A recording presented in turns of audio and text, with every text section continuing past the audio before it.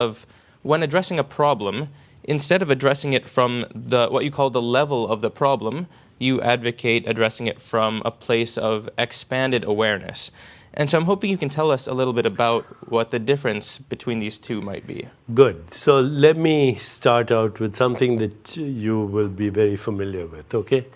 Because all of you deal with information in a sense. When my wife was pregnant with our first child, Malika, who's sitting in the audience, my chief resident called me and he said, I just took your wife's blood sample and it shows a thalassemia minor trait. So I went and looked at the blood sample, and sure enough, the cells were not what you see normally.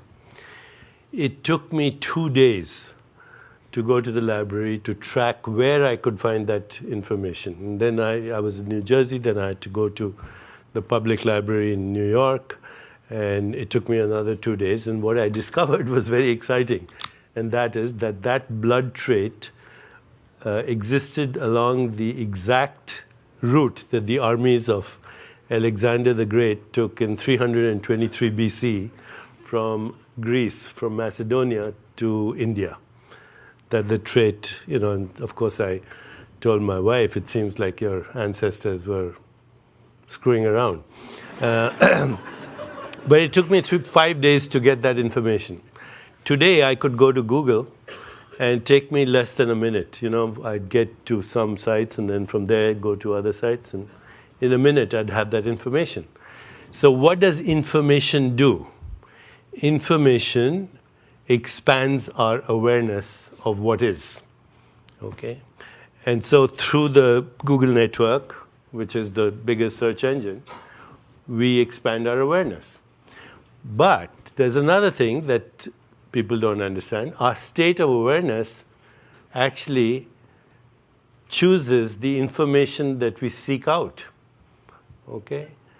So if my state of awareness says, I want to understand the causes of war, terrorism, global warming, social injustice, economic injustice, all the things that are kind of surfacing now as what's happening in Syria and all the Middle East, the so-called Arab Spring, Occupy Wall Street, then my state of awareness, looking at this global picture, will seek out the right information.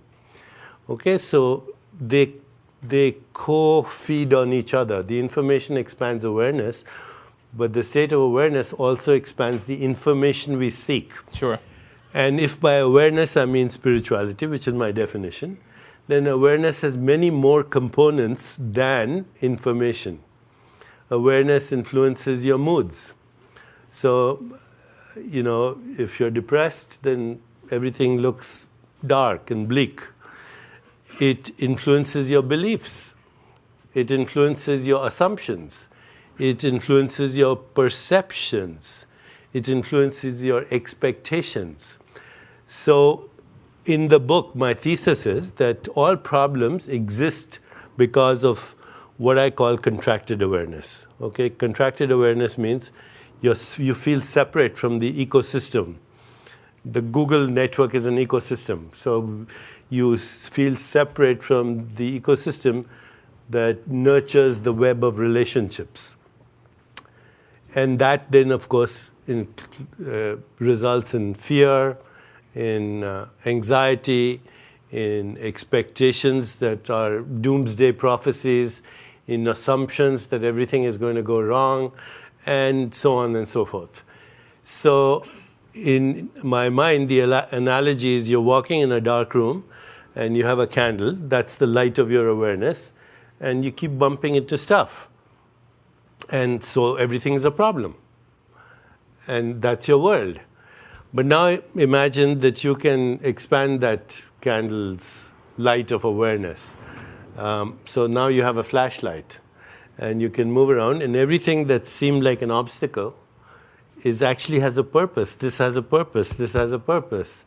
That screen has a purpose. So all problems are now opportunities for some purpose.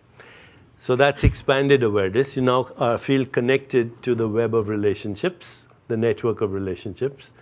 which is exactly what Google is. It's a network of relationships, okay? So I like to use the Google example here. But then imagine another state, which I call pure awareness. It's called pure awareness in Eastern wisdom traditions. And here now you're in the same room, but all the walls are transparent, glass, and the room, including the ceiling and the floor. And the room is flooded with sunlight. And you look outside, and the whole world is your playground. There are no problems, and therefore no need for solutions. You are the creative evolutionary impulse of the universe. And so you play. You're in flow. Every situation is a conspiracy of the total universe. And so the thesis of my book is problems arise in contracted awareness. Solutions emerge automatically in expanded awareness. And then when you have pure awareness, which is awareness without boundaries, no conceptual boundaries, then it's pure creativity. That's the basis of this book. And you can apply these principles. You don't even actually have to read the book if you understand the principles. You can apply these principles whether you want material success, want to improve the quality of your relationships, want to have an understanding of insight, intuition, imagination, creativity, inspiration, which is spirituality, higher consciousness, or whether you want to solve mundane, easy problems. Nobody's addressing the problems at a higher state of awareness than the awareness that created the problems. And that quote of mine is from Einstein. He said, no problem can ever be solved at the level of awareness at which it was created. Long answer. Fantastic. But it's the summary of the book. So then let me ask you, I find it also easier to speak of awareness